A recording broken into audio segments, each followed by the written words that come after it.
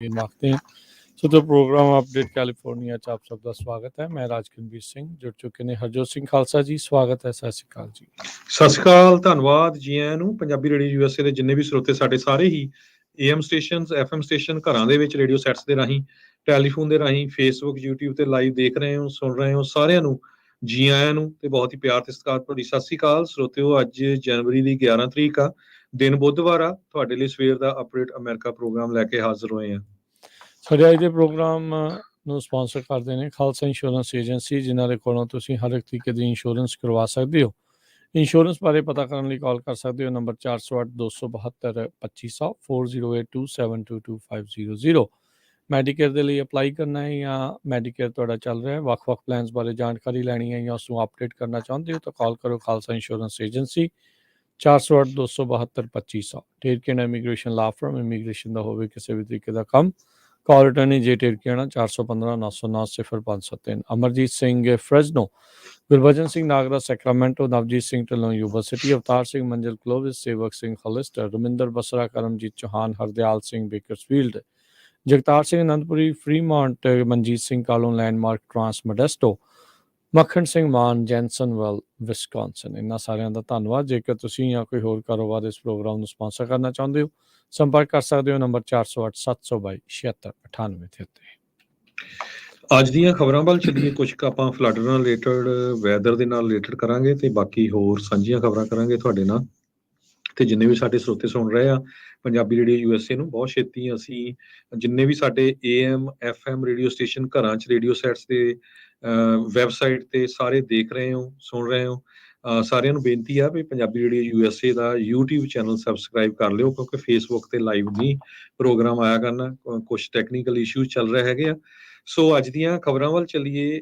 Central California ਦੇ ਵਿੱਚ ਕਹਿੰਦੇ ਪਈ ਇੱਕ ਮਦਰ ਆਪਣੇ ਨਿਊ ਬੋਰਨ ਬੇਬੀ ਨੂੰ ਜਨਮ ਦੇ ਰਹੀ ਸੀ ਫਲੱਡਡ ਰਿਵਰ ਬੈਡ ਦੇ ਵਿੱਚ, ਜਦੋਂ ਉਸ ਨੂੰ ਫਾਇਰ ਫਾਈਟਰਸ ਨੇ ਬਚਾ ਲਿਆ, ਕਿਉਂਕਿ ਆਲੇ ਦੁਆਲੇ ਸਾਰੇ ਪਾਸੇ ਬਹੁਤ ਜ਼ਿਆਦਾ ਫਲੱਡ ਆਏ ਹੋਏ ਸੀ।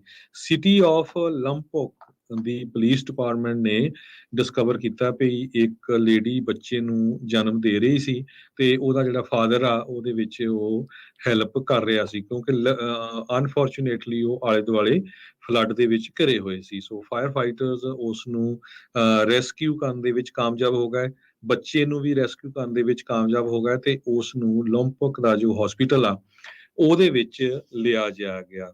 ਉਸ ਤੋਂ ਬਾਅਦ ਇਹ ਸਾਰੀ ਸਰਕਮਸਟਾਂਸਿਸ, ਕਿਸ ਤਰ੍ਹਾਂ ਬੱਚੇ ਦਾ ਜਨਮ ਹੋਇਆ, ਪੁਲਿਸ ਵਾਲੇ ਕਹਿੰਦੇ ਉਹਦੀ ਇਨਵੈਸਟੀਗੇਸ਼ਨ ਕਰ ਰਹੇ ਆ ਤੇ ਉਹਨਾਂ ਨੇ ਚਾਈਲਡ ਵੈਲਫੇਅਰ ਸਰਵਿਸਿਜ਼ ਦੇ ਕੋਲ ਇਨਵੈਸਟੀਗੇਸ਼ਨ ਓਪਨ ਕਰ ਲਈ ਆ। ਮੀਨਵਾਈਲ ਕੈਲੀਫੋਰਨੀਆ ਦੇ ਵਿੱਚ ਕਈ ਕਾਰਾਂ ਸਿੰਕ ਹੋਲਸ ਦੇ ਵਿੱਚ ਸਵੈਲੋ ਹੋ ਗਈਆਂ, ਕਈ ਟਾਊਨਸ ਦੇ ਵਿੱਚ ਫਲੱਡ ਆਏ ਆ, ਬਹੁਤ ਸਾਰੇ ਲੋਕਾਂ ਦੀਆਂ ਕਾਰਾਂ ਪਾਣੀ 'ਚ ਰੁੜ ਗਈਆਂ। ਇੱਕ 5 ਸਾਲਾਂ ਦਾ ਬੱਚਾ ਉਹ ਜਿਹੜਾ ਪਾਣੀ ਦੇ ਵਿੱਚ ਰੁੜ ਗਿਆ, ਹਜੇ ਤੱਕ ਵੀ ਉਹ ਲੱਭਿਆ ਨਹੀਂ ਹੈਗਾ। ਮਿਲੀਅਨਸ ਆਫ ਲੋਕ ਫਲੱਡ ਵਾਰਨਿੰਗ ਦੇ ਵਿੱਚ ਆ। 2 ਲੱਖ ਘਰ ਤੇ ਬਿਜ਼ਨੈਸਸ ਬਿਨਾਂ ਪਾਣੀ ਤੋਂ ਆ, ਬਿਨਾਂ ਬਿਜਲੀ ਤੋਂ ਹੈਗੇ ਇਸ ਟਾਈਮ ਦੇ ਉੱਤੇ। Lightning, hails, landslide, snow, you name it, ਸਾਰਾ ਕੁਝ ਕੈਲੀਫੋਰਨੀਆ 'ਚ ਵਾਪਰ ਰਿਹਾ ਹੈ। ਤੇ ਕੈਲੀਫੋਰਨੀਆ ਦੇ ਗਵਰਨਰ ਗੈਬਨ ਨਿਊਸਮ ਹੁਣੀ ਅੱਜ ਕੈਪੀਟੋਲਾ ਟਾਊਨ, ਜਿੱਥੇ ਕਾਫੀ ਨੁਕਸਾਨ ਹੋਇਆ ਸੈਂਟਾ ਕਰੂਜ਼ ਕੋਸਟ ਦੇ ਵਿੱਚ, ਉੱਥੇ ਪਹੁੰਚੇ ਤੇ ਉਹਨਾਂ ਨੇ ਜਿਹੜਾ ਡੈਮੇਜ ਹੋਇਆ ਆ ਉਹਦਾ ਜਾਇਜ਼ਾ ਲਿਆ ਹੈਗਾ ਆ। ਜੀ ਬਿਲਕੁਲ। ਸੋ ਸਥਿਤੀ ਬਹੁਤੀ ਚੰਗੀ ਨਹੀਂ ਆ ਤੇ ਹੁਣ 2 ਹੋਰ ਸਟਾਰਮ ਜਿਹੜੇ ਉਹ ਆ ਰਹੇ ਨੇ।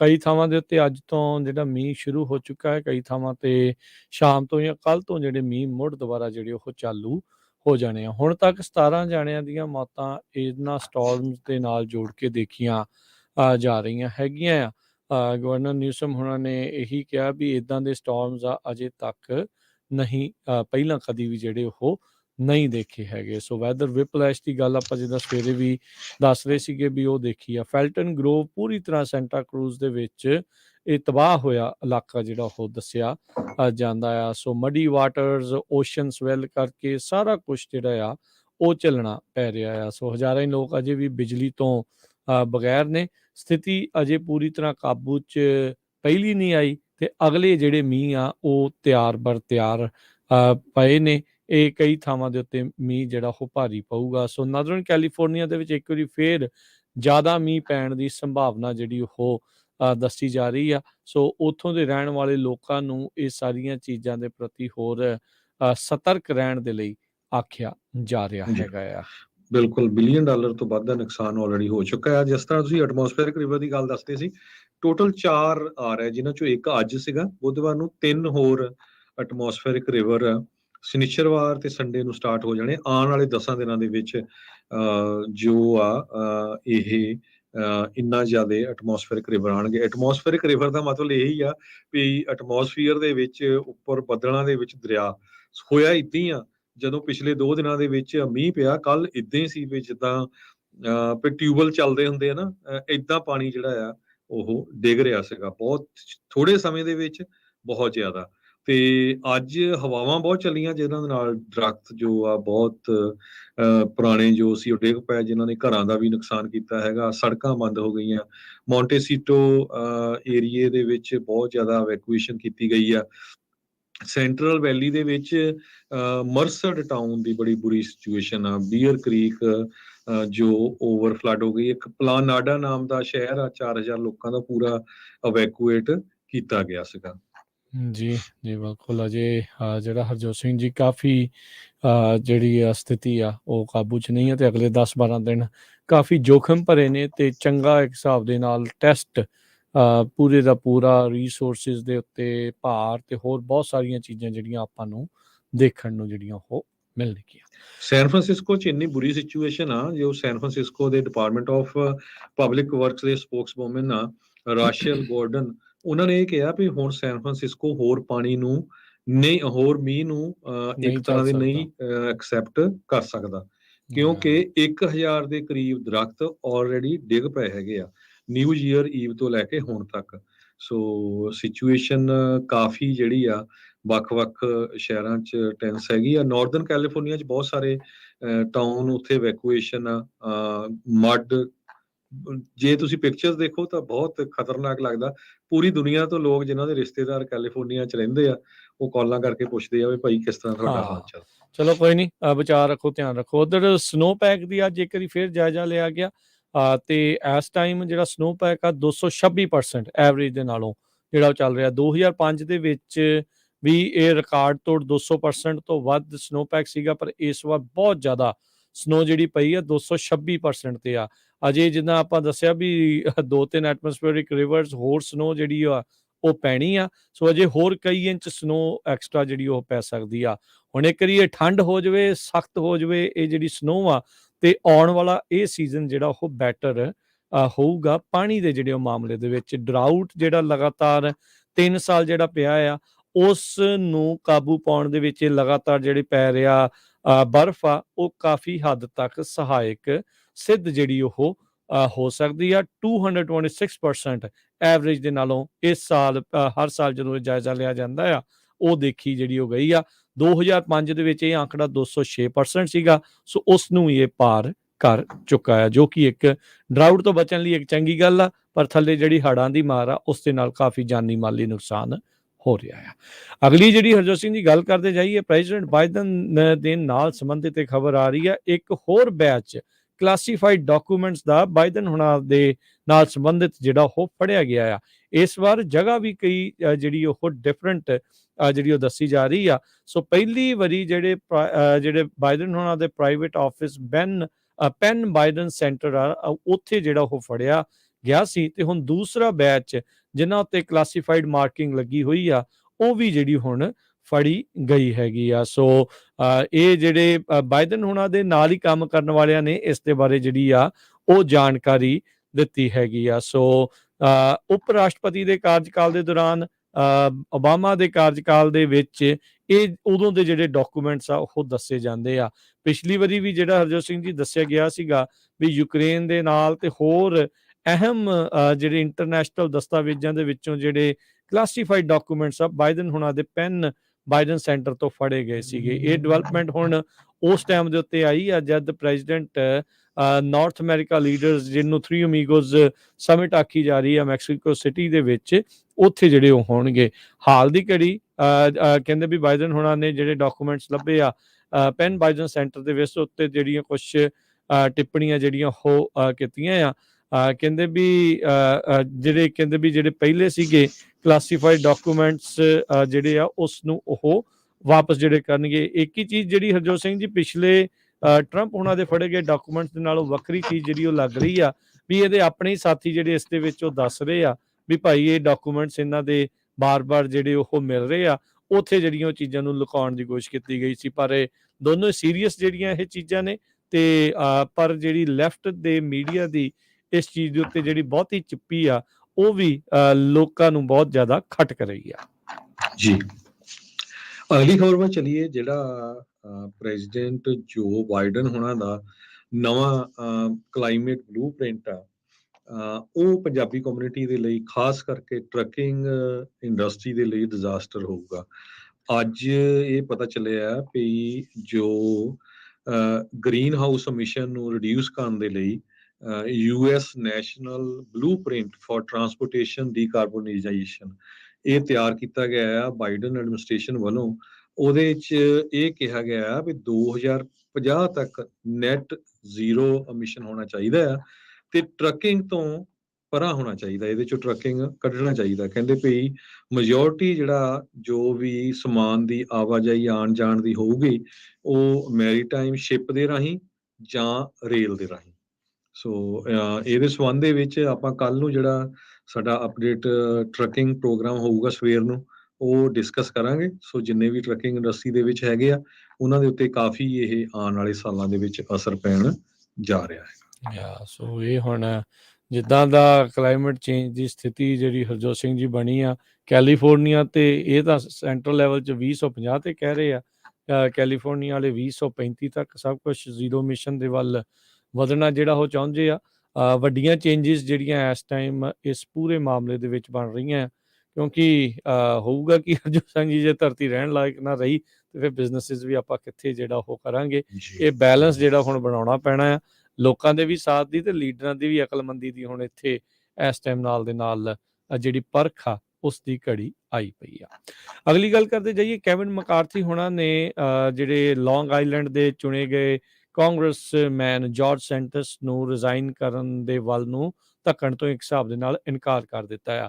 ਪਰ ਉੱਥੇ ਦੀ ਜਿਹੜੀ ਲੇਟੈਸਟ ਖਬਰ ਇਹ ਆ ਰਹੀ ਆ ਵੀ GOP ਦੇ ਜਿਹੜੇ ਲੀਡਰਸ ਆ ਨੈਸੂਈ ਕਾਉਂਟੀ ਹੈਗੀ ਜਿਹੜੀ ਲੌਂਗ ਆਈਲੈਂਡ ਵਾਲੇ ਪਾਸੇ, ਉਹਨਾਂ ਨੇ ਕਿਹਾ ਵੀ ਜਾਰਜ ਸੈਂਟੋਸ ਨੂੰ ਰਿਜ਼ਾਈਨ ਕਰ ਦੇਣਾ ਚਾਹੀਦਾ ਹੈ ਤੇ ਜਾਂ ਫਿਰ ਉਸ ਨੂੰ ਆਫਿਸ ਤੋਂ ਬਾਹਰ ਕੱਢ ਦੇਣਾ ਚਾਹੀਦਾ ਹੈ। ਅੱਜ ਪੱਤਰਕਾਰਾਂ ਨੇ ਕੈਵਿਨ ਮਕਾਰਥੀ ਨੂੰ ਇਸ ਦੇ ਉੱਤੇ ਜਿਹੜੇ ਉਹ ਸਵਾਲ ਪੁੱਛੇ ਤਾਂ ਉਹਨਾਂ ਨੇ ਇਹ ਜਵਾਬ ਦਿੱਤਾ ਵੀ ਅਮਰੀਕਾ ਦੇ ਵਿੱਚ ਅਜੇ ਤੱਕ ਤਾਂ ਇਹੀ ਕਾਨੂੰਨ ਜਿਹੜਾ ਉਹ ਚੱਲਦਾ ਆ ਵੀ ਇਨੋਸੈਂਟ ਅੰਟਿਲ ਪ੍ਰੂਵਨ ਗਿਲਟੀ। ਕਹਿੰਦੇ ਵੀ ਕੀ ਉਹਨਾਂ ਨੂੰ ਜਿਹੜਾ ਉਹ ਚਾਰਜ ਕੀਤਾ ਗਿਆ ਇਸ ਮਾਮਲੇ ਵਿੱਚ, ਲੋਕਾਂ ਨੇ ਵੋਟ ਪਾ ਕੇ ਉਸ ਨੂੰ ਚੁਣ ਕੇ ਜਿਹੜਾ ਉਹ ਘੱਲਿਆ ਆ ਤੇ ਹਾਲ ਦੀ ਘੜੀ ਉਹ ਉਸ ਨੂੰ ਰਿਜ਼ਾਈਨ ਕਰਨ ਦੇ ਵੱਲ ਨੂੰ ਪੁੱਛ ਨਹੀਂ ਕਰਨਗੇ।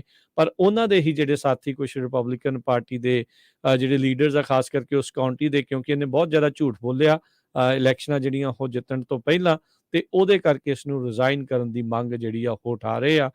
ਟਵਿੱਟਰ ਦੇ ਉੱਤੇ ਜਾਰਜ ਸੈਂਟੋਸ ਨੇ ਕਿਹਾ ਵੀ ਆਈ ਵਿਲ ਨਾਟ ਰਿਜ਼ਾਈਨ ਤੇ ਪਰ ਦਬਾਅ ਇਸ ਦੇ ਉੱਤੇ ਕਾਫੀ ਜ਼ਿਆਦਾ ਵੱਧਦਾ ਜਾ ਰਿਹਾ ਹੈਗਾ ਆ। ਜੀ, ਸਿਟੀ ਆਫ ਫ੍ਰਿਜ਼ਨੋ ਨੇ $3,80,000 ਕਮਿਊਨਿਟੀ ਡਿਵੈਲਪਮੈਂਟ ਬਲਾਕ ਗ੍ਰਾਂਟ ਦੇ ਲਈ ਰੱਖਿਆ ਹੈ, ਜਿਹਦੇ ਵਿੱਚ corona virus funds for provision of tenant and landlord counselling service ਦੇ ਲਈ, ਖਾਸ ਕਰਕੇ ਲੋ ਇਨਕਮ ਤੇ ਜੋ ਸਪੈਸ਼ਲ ਨੀਡਸ ਵਾਲੇ ਹਾਊਸ ਹੋਲਡ ਆ ਜੋ ਕੋਵਿਡ ਦੇ ਨਾਲ ਇੰਪੈਕਟ ਹੋਏ ਸੀ ਉਹਨਾਂ ਦੇ ਲਈ ਰੱਖਿਆ ਗਿਆ ਆ। ਸੋ ਜੇ ਕੋਈ ਇਸ ਗ੍ਰਾਂਟ ਦੇ ਲਈ ਅਪਲਾਈ ਕਰਨਾ ਚਾਹੁੰਦਾ ਆ ਉਹਨਾਂ ਨੇ ਆਪਣਾ ਜਿਹੜਾ ਵੈਬਸਾਈਟ ਦਿੱਤਾ ਹੋਇਆ ਤੇ ਫਰਵਰੀ 10, 2023 ਤੱਕ ਜੋ ਆ ਇਹਦੇ ਲਈ ਅਪਲਾਈ ਕਰ ਸਕਦੇ ਹੋ। ਇਹ ਜੋ ਫ੍ਰਿਜ਼ਨੋ ਤੋਂ ਆ ਰਹੀ ਹੈ ਖਬਰ। ਬਾਕੀ ਫ੍ਰਿਜ਼ਨੋ 'ਚ ਵੀ ਜਿਹੜਾ ਮੀਂਹ ਆ ਉਹ ਬਹੁਤ ਜ਼ਿਆਦਾ ਪਿਆ, ਕਈ ਜਗ੍ਹਾ ਦੇ ਉੱਤੇ ਜੋ ਰੋਡਸ ਹੈਗੀਆਂ ਆ ਉੱਥੇ ਪਾਣੀ ਬਹੁਤ ਜ਼ਿਆਦਾ ਹੋ ਗਿਆ ਕਿਉਂਕਿ ਸਫਾਈ ਨਹੀਂ ਹੋਈ ਸੀ। ਸੋ ਜਿਹੜੇ ਆਊਟਲੈਟਸ ਆ ਵਾਟਰ ਦੇ ਉੱਥੇ ਪੱਤੇ ਬਹੁਤ ਸੀ। ਸੋ ਆਪਾਂ ਨੂੰ ਵੀ ਜਿੱਥੇ ਕਿਤੇ ਸਾਡੇ ਘਰਾਂ ਦੇ ਲਾਗੇ ਹੁੰਦੇ ਆ ਸਾਫ਼ ਰੱਖਣਾ ਚਾਹੀਦਾ ਆ, ਨਹੀਂ ਤਾਂ ਫਿਰ ਇਹ ਸਿਚੁਏਸ਼ਨ ਬਣਦੀ ਹੈਗੀ ਆ। ਜੀ, ਤੇ ਆਪਾਂ ਕੁਝ ਕੁ ਬਿਜ਼ਨਸ ਨਾਲ ਰਿਲੇਟਡ ਵੀ ਗੱਲਾਂ ਬਾਤਾਂ ਕਰਨੀਆਂ ਰਾਜਕਰਮਵੀਰ ਸਿੰਘ ਜੀ। ਤੇ ਬੈੱਡ ਬਾਥ ਐਂਡ ਬਿਯੋਂਡ ਇਹ ਲਗਭਗ ਆਪਣਾ ਬੰਦ ਹੋਣ ਦੇ ਕਿਨਾਰੇ ਹੀ ਆ। ਅੱਜ ਉਹਨਾਂ ਨੇ ਅਨਾਉਂਸ ਕਰਤਾ ਵੀ 62 ਹੋਰ ਸਟੋਰ ਉਹ ਬੰਦ ਕਰਨ ਜਾ ਰਹੇ ਆ। ਬੈੱਡ ਜੀ। ਬਾਥ ਤੇ ਬਿਯੋਂਡ ਦਾ ਜੋ ਸਟਾਕ ਆ ਉਹ ਆਲਮੋਸਟ ਨਾਮੁਮਕਿਨ ਜਿੱਦਾਂ ਐਨ ਬਿਲਕੁਲ ਜ਼ੀਰੋ ਦੇ ਲਾਗੇ ਛਾਗੇ ਚਲਿਆ ਗਿਆ ਹੈਗਾ ਹੂੰ, ਆ। ਹੂੰ, ਕਹਿੰਦੇ ਵੀ ਇਕੱਲੇ ਇਹਨਾਂ ਨੇ ਆਪਣੇ ਨਹੀਂ ਇਹ 62 ਸਟੋਰ ਬੰਦ ਕਰਨੇ। ਇਹਨਾਂ ਤੋਂ ਹੋਰ ਇੱਕ ਬੇਬੀ ਸਟੋਰ ਤੇ ਹਾਰਮੋਨ ਇਹ ਸਟੋਰ ਵੀ ਇਹੀ ਕੰਪਨੀ ਰਨ ਕਰਦੀ ਆ, ਉਹ ਵੀ ਬੰਦ ਕਰਨ ਜਾ ਰਹੇ ਆ 56 ਦੇ ਕਰੀਬ।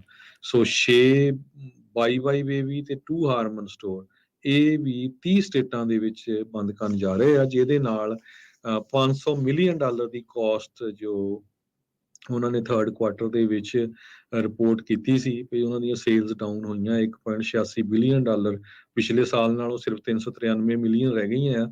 ਸੋ ਇਹ ਸਾਰਾ ਕੁਝ ਕਵਰ ਕਰਨ ਦੇ ਲਈ ਤਾਂ ਕਿ ਬੈਂਕਰਪਸੀ ਤੋਂ ਬਚਿਆ ਜਾ ਸਕੇ। ਪਰ ਆਲਰੇਡੀ ਉਹਨਾਂ ਨੇ ਜਿਹੜੀ ਫਾਈਲਿੰਗ ਆ ਕੰਪਨੀ ਨੇ US ਸਿਕਿਉਰਿਟੀ ਤੇ ਐਕਸਚੇਂਜ ਕਮਿਸ਼ਨ ਦੇ ਕੋਲ ਕੀਤੀ ਹੋਈ ਹੈਗੀ ਆ। ਜੀ, ਬਿਲਕੁਲ। ਹਰਜੋਤ ਸਿੰਘ ਜੀ, ਇਨਫਲੇਸ਼ਨ ਦੀਆਂ ਰਿਪੋਰਟਸ ਕੱਲ੍ਹ ਨੂੰ ਆਉਣੀਆਂ ਆ। ਜਿਹੜਾ ਕੰਜ਼ਿਊਮਰ ਪ੍ਰਾਈਸ ਇੰਡੈਕਸ ਦੇ ਬਾਰੇ ਕੱਲ੍ਹ ਨੂੰ ਜਿਹੜਾ ਉਹ ਦੱਸਿਆ ਜਾਣਾ ਹੈ ਵੀਰਵਾਰ ਨੂੰ। ਸੋ ਉਸ ਉੱਤੇ ਵੀ ਆਪਾਂ ਚਰਚਾ ਕਰਾਂਗੇ। ਪਰ ਡਾਓ ਜੋਨਸ ਇਸ ਟਾਈਮ ਇਹ ਪ੍ਰੈਡਿਕਟ ਕਰ ਰਿਹਾ ਆ ਵੀ ਨਵੰਬਰ ਮਹੀਨੇ ਦੇ ਮੁਕਾਬਲੇ 0.1% ਜਿਹੜੀ ਇਨਫਲੇਸ਼ਨ ਮਹਿੰਗਾਈ ਦੀ ਦਰ ਉਹ ਘਟੀ ਹੋਊਗੀ। ਪਰ ਪਿਛਲੇ ਸਾਲ ਦੇ ਮੁਕਾਬਲੇ ਇਹ ਫਿਰ ਵੀ 6.5% ਇਨਕਰੀਜ਼ ਜਿਹੜਾ ਉਹ ਦੇਖਿਆ ਜਾਊਗਾ। ਇਸ ਨੂੰ ਦੇਖਦੇ ਹੋਏ ਜਿਹੜੇ ਇਨਵੈਸਟਰਸ ਆ ਉਹ ਹੋਲਡ ਕਰ ਰਹੇ ਆ। ਉਹ ਅਜੇ ਕੋਈ ਬਹੁਤੀ ਸਟਾਕਸ ਦੀ ਖਰੀਦੋ ਫਰੋਖਤ ਤੋਂ ਜਿਹੜੇ ਉਹ ਪਰੇ ਨੇ ਤੇ ਦਸੰਬਰ ਮਹੀਨੇ ਦੇ ਜਿਹੜੇ ਆ ਇਹ ਆંકੜੇ ਜਿਹੜੇ ਉਹ ਆਉਣੇ ਬਾਕੀ ਹੈਗੇ ਆ। ਇਸ ਸਾਲ ਦੇ ਵਿੱਚ ਮਹਿੰਗਾਈ ਦੀ ਦਰ ਲਗਾਤਾਰ ਬਹੁਤ ਵਧੀ ਸੀਗੀ। ਗਰਮੀਆਂ ਦੇ ਵਿੱਚ ਇਹ ਮਹਿੰਗਾਈ ਦੀ ਦਰ 9% ਤੱਕ ਜਿਹੜੀ ਉਹ ਪਹੁੰਚ ਗਈ ਸੀ। ਪਰ ਹੁਣ ਹੌਲੀ ਹੌਲੀ ਪਿਛਲੇ ਕਈ ਮਹੀਨਿਆਂ ਦੇ ਵਿੱਚ ਇਹ ਆંકੜਾ ਜਿਹੜਾ ਉਹ ਥੱਲੇ ਨੂੰ ਆਇਆ ਆ। ਮੁੱਖ ਕਾਰਨ ਇਸ ਦੇ ਵਿੱਚ ਗੈਸ ਦੀਆਂ ਪ੍ਰਾਈਸਾਂ ਜਿਹੜੀਆਂ ਘਟੀਆਂ ਆ ਉਹ ਵੀ ਦੇਖੀਆਂ ਗਈਆਂ ਹੈਗੀਆਂ ਆ। ਸੋ ਹੁਣ ਦੇਖਦੇ ਹਾਂ ਕੱਲ੍ਹ ਨੂੰ ਇਸ ਦੇ ਉੱਤੇ ਕੀ ਜਿਹੜਾ ਉਹ ਨਤੀਜਾ ਆਉਂਦਾ ਆ। ਕਹਿੰਦੇ ਆ ਵੀ ਈਵਨ ਦੋ ਇਨਫਲੇਸ਼ਨ ਪਹਿਲਾਂ ਦੇ ਨਾਲੋਂ ਘਟੀ ਹੋ ਸਕਦੀ ਆ, ਪਰ ਕਹਿੰਦੇ ਵੀ ਇਨਫ ਨਹੀਂ ਹੋਊਗੀ ਵੀ ਜਿਹੜੇ ਫੈਡਰਲ ਰਿਜ਼ਰਵ ਇੰਟਰਸਟ ਰੇਟ ਵਧਾ ਰਿਹਾ ਆ ਉਸ ਦੇ ਉੱਤੇ ਰੋਕ ਲੱਗੇ। ਹਾਂ, ਇਹ ਹੋ ਸਕਦਾ ਹੈ ਵੀ ਉਹ ਅੱਧੇ ਪਰਸੈਂਟ ਜਾਂ 1.25% ਚੱਪਾ ਪਰਸੈਂਟ, ਕੁਆਟਰ ਪਰਸੈਂਟ ਜਾਂ 0.5% ਜਿਹੜਾ ਆ ਉਹ ਇੰਟਰਸਟ ਰੇਟ ਜਿਹੜਾ ਉਹ ਵਧਾਉਣ, ਪਰ ਵਧਾਉਣ ਤੋਂ ਅਜੇ ਉਹ ਪਿੱਛੇ ਟਲਦੇ ਨਜ਼ਰ ਨਹੀਂ ਆਉਂਦੇ ਹੈਗੇ। ਸੋ ਇਹ ਜਿਹੜੀ ਮਹਿੰਗਾਈ ਨੂੰ ਲੈ ਕੇ, ਇਕੋਨਮੀ ਨੂੰ ਲੈ ਕੇ ਜਿਹੜੀ ਸਥਿਤੀ ਬਣੀ ਪਈ ਆ, ਸਵੇਰੇ ਵੀ ਆਪਾਂ ਦੱਸਿਆ ਸੀਗਾ ਵੀ ਕਿਸ ਤਰੀਕੇ ਦੇ ਨਾਲ ਜਿਹੜਾ ਵਰਲਡ ਬੈਂਕ ਆ ਉਸ ਨੂੰ ਵੀ ਇਹ ਖਤਰਾ ਜਿਹੜਾ ਬਣਿਆ ਪਿਆ ਹੈ ਵੀ 80 ਸਾਲਾਂ 'ਚ ਪਹਿਲੀ ਵਾਰੀ ਇੱਕੋ ਦਹਾਕੇ 'ਚ 2 ਰਿਸੈਸ਼ਨ ਜਿਹੜੇ ਉਹ ਦੇਖਣੇ ਪੈ ਸਕਦੇ ਆ ਤੇ ਗਲੋਬਲ ਇਕਨੋਮਿਕ ਗਰੋਥ ਜਿਹੜੀ ਆ ਉਹ ਕਾਫੀ ਘੱਟ ਹੋਣ ਵਾਲੀ ਆ। ਜੀ, ਇੱਕ ਖਬਰ ਜ਼ਰੂਰ ਸਾਂਝੀ ਕਰਨੀ ਆ ਆਪਾਂ ਏਅਰ ਇੰਡੀਆ ਦੀ ਬਾਬਤ। ਏਅਰ ਇੰਡੀਆ ਦੇ ਵਿੱਚ ਜੋ ਲੋਕ ਟਰੈਵਲ ਕਰਦੇ ਆ ਇੰਨੇ ਕੁ ਔਖੇ ਹੋ ਰਹੇ ਆ, ਉਹ ਕਹਿੰਦੇ ਵੀ ਮਜਬੂਰੀ ਬਸ ਜਾਣਾ ਤਾਂ ਪੈਂਦਾ ਆ, ਮੁੜ ਕੇ ਉਹ ਫਿਰ ਸਾਰੇ ਗਾਲਾਂ ਹੀ ਕੱਢਦੇ ਹੈਗੇ ਆ। ਏਅਰ ਇੰਡੀਆ ਦੇ ਪਿਛਲੇ ਦਿਨਾਂ ਦੇ ਵਿੱਚ ਜਿਹੜੀਆਂ ਉੱਥੇ ਉਹਨਾਂ ਨੇ ਲੁਕਾਉਣ ਦੀਆਂ ਨਿਊਜ਼ ਸੀਗੀਆਂ, ਖਾਸ ਕਰਕੇ ਇੱਕ ਵੈਲਸ ਫਾਰਗੋ ਦਾ ਵਾਈਸ ਪ੍ਰੈਜ਼ੀਡੈਂਟ ਜਿਸਨੇ ਇੱਕ ਬੀਬੀ ਦੇ ਉੱਤੇ ਪਿਸ਼ਾਬ ਕਰ ਦਿੱਤਾ ਸੀ, ਉਹ ਖਬਰ ਲੁਕਾਉਣ ਦੀ ਕੋਸ਼ਿਸ਼ ਕੀਤੀ ਸੀ। ਜਦੋਂ ਮੀਡੀਆ 'ਚ ਆ ਗਈ ਤਾਂ ਉਹਨਾਂ ਦੀ ਬਦਨਾਮੀ ਹੋਈ।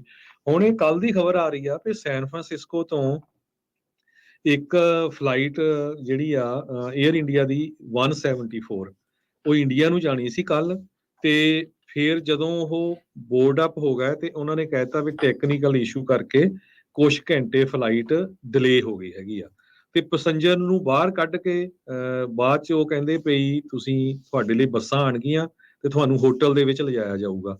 ਸੈਨ ਫਰਾਂਸਿਸਕੋ ਤੁਹਾਨੂੰ ਪਤਾ ਹੈ ਵੀ ਕੱਲ ਮੀਂਹ ਵੀ ਪੈ ਰਿਹਾ ਸੀ, ਤੇ ਜੇ ਤੁਸੀਂ ਵੈਸੇ ਵੀ ਸੈਨ ਫਰਾਂਸਿਸਕੋ 에ਅਰਪੋਰਟ 'ਚ ਜਾਓ ਤੇ ਬਾਹਰ ਜਦੋਂ ਨਿਕਲਦੇ ਆ ਨਾ ਠੰਡ ਬਹੁਤ ਹੁੰਦੀ ਆ ਸੈਨ ਫਰਾਂਸਿਸਕੋ 'ਚ, ਤੇ ਲੋਕਾਂ ਦੀ ਬੱਸ ਹੋ ਗਈ ਤੇ 2 ਘੰਟਿਆਂ ਬਾਅਦ ਉਹ ਕਹਿੰਦੇ ਵੀ ਬੱਸਾਂ ਨਹੀਂ ਆਣੀਆਂ ਤੇ ਅੰਦਰ ਚਲੇ ਜਾਓ, ਤੇ ਸਾਰੀ ਰਾਤ ਲੋਕ ਉੱਥੇ ਵੇਟ ਕਰਦੇ ਰਹੇ। ਅੱਜ ਫੇਰ ਉਹ ਫਲਾਈਟ ਜਾਣੀ ਸੀ ਤੇ ਅੱਜ ਫੇਰ ਉਹ ਕਹਿੰਦੇ ਫਲਾਈਟ ਦੇ ਵਿੱਚ ਜਦੋਂ ਜਾਣੀ ਸੀ ਉਹਨਾਂ ਨੇ ਉਸ ਟਾਈਮ ਕਹਿਤਾ ਵੀ ਫਲਾਈਟ ਫੇਰ ਕੈਂਸਲ ਹੋ ਗਈ ਹੈਗੀ ਆ। ਸੋ ਇਹ ਇੰਨਾ ਜਿਹੜਾ ਅਨਪ੍ਰੋਫੈਸ਼ਨਲ ਕੰਮ ਆ ਏਅਰ ਇੰਡੀਆ ਵੱਲੋਂ ਕੀਤਾ ਜਾ ਰਿਹਾ ਆ, ਉਹ ਕਹਿੰਦੇ ਕੋਈ ਕੇਅਰ ਨਹੀਂ ਕਰ ਰਹੇ ਹੈਗੇ। ਲੋਕ ਬਹੁਤ ਜ਼ਿਆਦਾ ਜਿਹੜੇ ਆ ਅਪਸੈਟ ਹੋਏ ਹੈਗੇ ਆ, ਤੇ ਕਹਿੰਦੇ ਨਾ ਹੀ ਉਹ ਉਹਨਾਂ ਦੇ ਜਿਹੜੇ ਪੈਸੇ ਆ ਰਿਫੰਡ ਕਰ ਰਹੇ ਹੈਗੇ। ਭਾਈ ਜਿੰਨੇ ਵੀ ਸਾਡੇ ਸਰੋਤੇ ਸੁਣਦੇ ਆ, ਇਹ ਤੁਹਾਨੂੰ ਜਿਹੜੀ ਆ ਸਹੀ ਸਟੋਰੀ ਦੱਸੀ ਆ। ਫਲਾਈਟ ਨੰਬਰ 174 ਨਾਲ ਵਾਪਰੀ ਆ। ਜਿਨ੍ਹਾਂ ਨੇ ਕੱਲ ਜਾਣਾ ਸੀ ਕੱਲ ਨਹੀਂ ਜਾਣ ਦਿੱਤੇ, ਅੱਜ ਜਾਣਾ ਸੀ ਅੱਜ ਨਹੀਂ ਜਾਣ ਦਿੱਤੇ, ਤੇ 에ਅਰਪੋਰਟ ਤੇ ਲੋਕ ਧੱਕੇ ਖਾਈ ਜਾਂਦੇ ਹੋ, ਤੁਸੀਂ ਦੇਖ ਲਓ। ਸੋ ਜਿਨ੍ਹਾਂ ਨੇ ਵੀ ਜਾਣਾ ਆ ਪਲੀਜ਼ ਮੇਕ ਸ਼ੋਰ ਕਰਕੇ ਜਾਓ ਕਿ ਤੁਸੀਂ ਇਦਾਂ ਦੀ 에ਅਰਲਾਈਨ ਵਰਤਣੀ ਚਾਹੁੰਦੇ ਆ ਫਿਊਚਰ 'ਚ ਕਿ ਨਹੀਂ। ਜੀ, ਨਾਲ ਹੀ ਇੱਕ ਹੋਰ ਜਿਹੜਾ ਹਰਜੋਤ ਸਿੰਘ ਦੀ ਟਵਿੱਟਰ ਦੇ ਉੱਤੇ 에ਅਰ ਇੰਡੀਆ ਨੂੰ ਲੈ ਕੇ ਚਰਚਾ ਜਿਹੜੀ ਉਹ ਚੱਲ ਗਈ। ਕੋਈ ਪ੍ਰਸ਼ਾਦਾ ਪਾਣੀ ਛਕ ਰਿਹਾ ਸੀਗਾ, ਜਿਹੜੀ ਮੀਲ ਇਹਨਾਂ ਆ ਰਹੀ ਸੀ ਉਹ 'ਚ ਰੋੜੇ ਰੂੜੇ ਲੱਭੇ। ਹੁਣ ਜਿਹੜੇ 에ਅਰ ਇੰਡੀਆ ਵਾਲੇ ਕਹਿੰਦੇ ਵੀ ਜਿਹੜੇ ਕੇਟਰ ਦੇ ਥਰੂ ਰੋਟੀ ਮੰਗਾਈ ਜਾਂਦੀ ਆ ਉਸ ਦੇ ਉੱਤੇ ਸਖਤ ਐਕਸ਼ਨ ਜਿਹੜਾ ਉਹ ਲਿਆ ਜਾਊਗਾ। ਆਲਦੋ ਇਹ ਕਿਸੇ ਵੀ ਥਾਂ ਦੇ ਵਿੱਚ ਜਿਹੜੀ ਉਹ ਵਾਪਰ ਸਕਦੀ ਆ, ਪਰ ਸਮਹਾਓ 에ਅਰ ਇੰਡੀਆ ਇਹੋ ਜਿਹੇ ਵਿਵਾਦਾਂ ਦੇ ਵਿੱਚ ਕਿਤੇ ਨਾ ਕਿਤੇ ਜ਼ਿਆਦਾ ਘਿਰ ਜਾਂਦੀ ਆ। ਤੇ ਹੁਣ ਜੇ ਸਟਾਕਸ ਦੇ ਉੱਤੇ ਜੇ ਨਜ਼ਰ ਮਾਰਦੇ ਜਾਈਏ ਤਾਂ ਅੱਜ ਡਾਓ ਜੋਨ 269 ਪੁਆਇੰਟ ਵੱਧ ਕੇ 33,973 ਤੇ ਬੰਦ ਹੋਇਆ। S&P 50 ਪੁਆਇੰਟ ਵੱਧ ਕੇ 3969 ਤੇ ਬੰਦ ਹੋਇਆ। ਜਿਹੜਾ ਨੈਸਡੈਕ ਆ 199 ਪੁਆਇੰਟ ਜਿਹੜਾ ਉਹ ਵੱਧ ਕੇ 10,931 ਤੇ ਬੰਦ ਹੋਇਆ। ਸੋਨੇ ਦਾ ਭਾਅ $1883 ਪ੍ਰਤੀ ਆਉਂਸ, ਕੱਚੇ ਤੇਲ ਦੀ ਕੀਮਤ $77 ਪ੍ਰਤੀ barrel, 10 year yield 3.54%, crypto currency 'ਚ ਬਿਟਕੋਇਨ 18,239 ਤੇ ਇਥੀਰੀਅਮ $1402 ਦੇ ਬਰਾਬਰ ਚੱਲ ਰਿਹਾ ਹੈ। $1 ਦੇ ਬਰਾਬਰ ਆਪਣੇ ਗੁਆਂਢੀ ਮੁਲਕ ਕੈਨੇਡਾ ਦਾ $1.34 ਰਿਹਾ ਆ। $1 ਦੇ ਬਰਾਬਰ ਇੰਡੀਆ ਦੇ $81 ਤੇ 61 ਪੈਸੇ ਰਹੇ। ਇੱਥੇ ਪ੍ਰੋਗਰਾਮ ਦੀ ਸਮਾਪਤੀ ਆ। ਮੇਰੇ ਰਾਜਕਰਮਜੀਤ ਸਿੰਘ ਵੱਲੋਂ ਤੇ ਹਰਜੋਤ ਸਿੰਘ ਵੱਲੋਂ ਤੁਹਾਨੂੰ ਸਾਰਿਆਂ ਨੂੰ ਪਿਆਰ ਸਤਿਕਾਰ ਸਹਿਤ ਨਿੱਘੀ ਜਿਹੀ ਸਤਿ ਸ੍ਰੀ ਅਕਾਲ। ਜਿਉਂਦੇ ਵਾਸਤੇ ਰਹੋ, ਹੱਸਦੇ ਖੇਲਦੇ ਰਹੋ ਤੇ ਸੁਣਦੇ ਰਹੋ ਜੀ ਪੰਜਾਬੀ ਰੇਡੀਓ USA।